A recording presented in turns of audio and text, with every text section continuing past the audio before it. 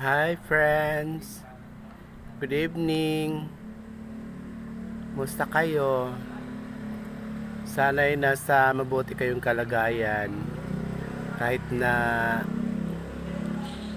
na mahal ang mga bilihin, kaya pa rin natin yan lahat, malampasan lahat yan.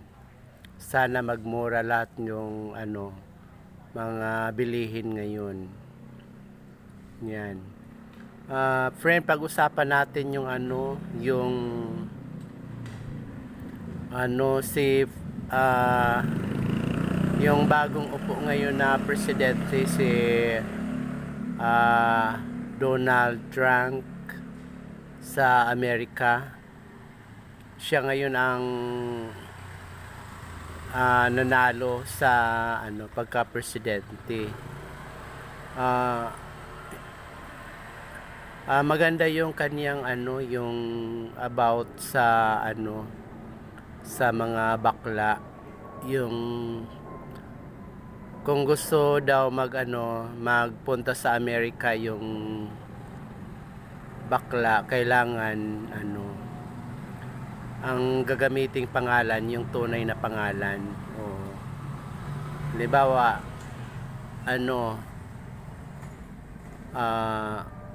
kagaya kay Bibi Gandang Hari, si Rostom. Babalik siya sa Rostom pangalan. Pag nagpunta siya sa Amerika, Rostom Padilla. Oo. Kasi kung mag-alias siya ng sa passport, hindi pwede. Kailangan lang. Ang gagamitin sa natin yung originality, kung sino ka, yun ang ilagay sa passport. Oo, walang alias walang walang nickname. Yung nickname mo hindi mo pwedeng gamitin sa sa passport. Oo, kailangan yung original talaga, kung sino ka. Kung bakla ka, okay lang yun, tanggap sa lipunan. Pero yung magbago ka ng pangalan, hindi pwede. Kailangan lalaki at saka babae lang ang nilikha ng Panginoon. Kaya kung yung binigay sa'yo ng pangalan ng mga magulang mo, yun ang gagamitin mo. Oo.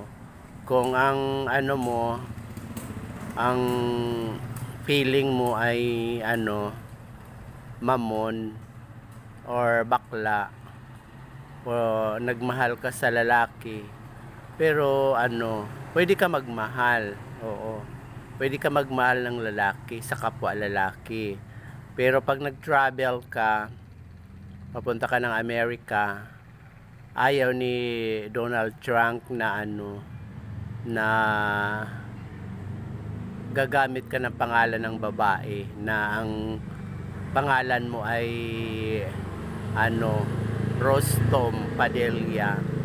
Yun ang gagamitin mo. Hindi na pwede yung Bibi Gandang Hari. Oo, hindi na pwede yun.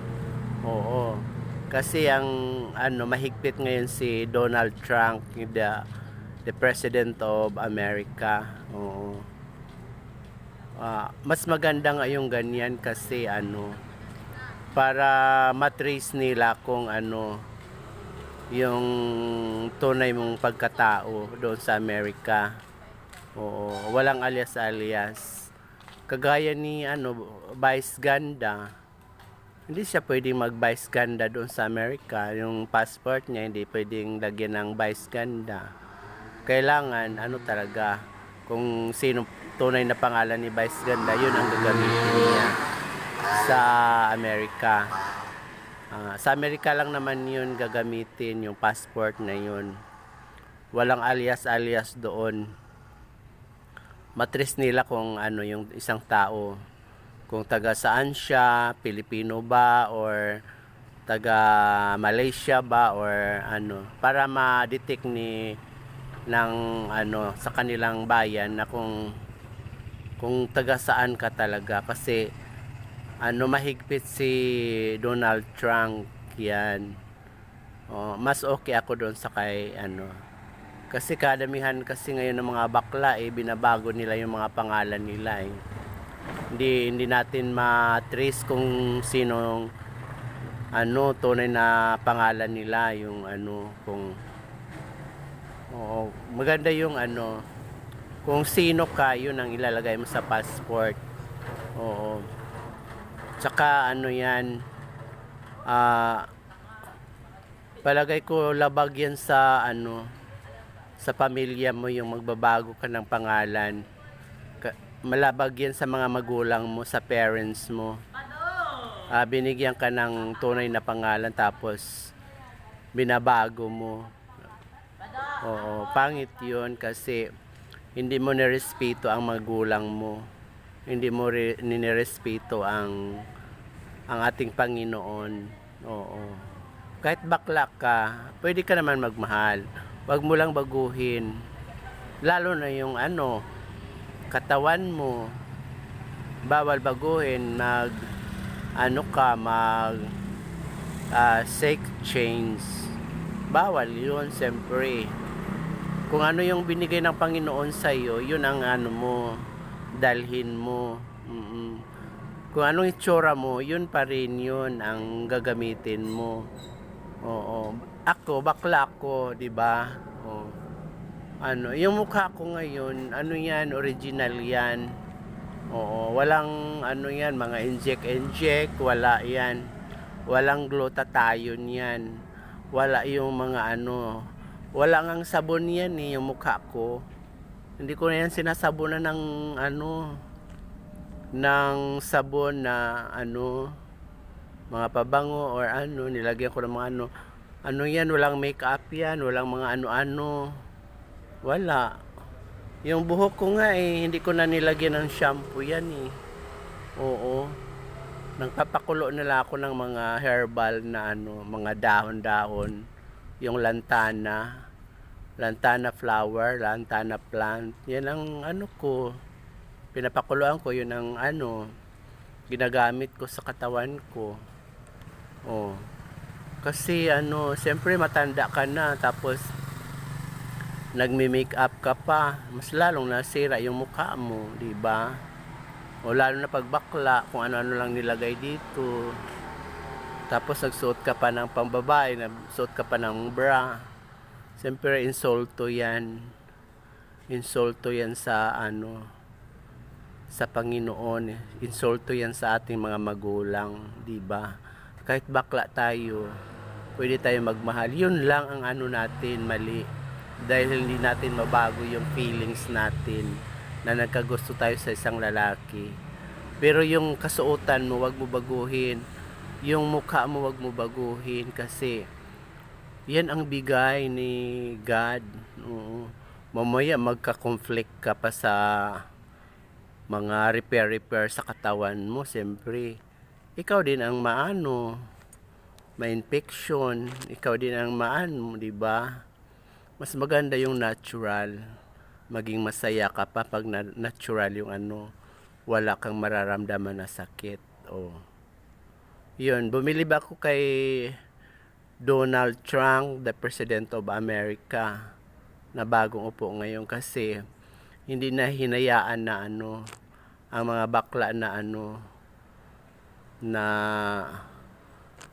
mag-alias or mahigpit si yun ang magandang presidente, kasi may siya, may tiwala siya sa Panginoon.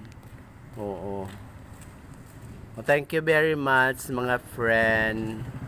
Bye bye.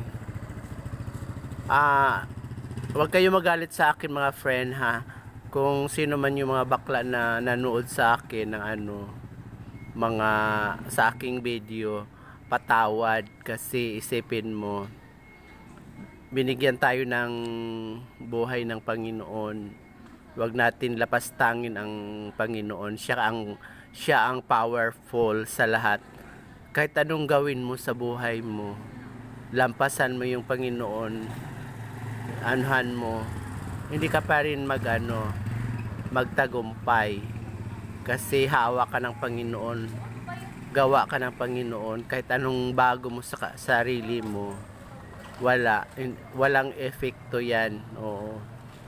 Mag-suffer ka lang sa sarili mo. Mas maganda stay natural. Oo. Payo ko lang yan sa mga bakla. Kung ayaw nyo, okay lang. Sa inyo naman yan eh.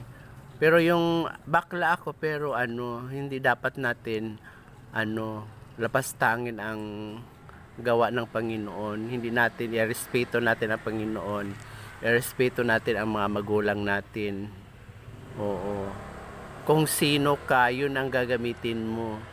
Yung kamali lang yung puso natin, yung feelings natin. Oo. Na nagmahal tayo sa isang lalaki. Yun lang. Thank you very much sa mga bakla. Mga huwag kayo magalit sa akin ha. Kasi mga pangaral to. Bye-bye.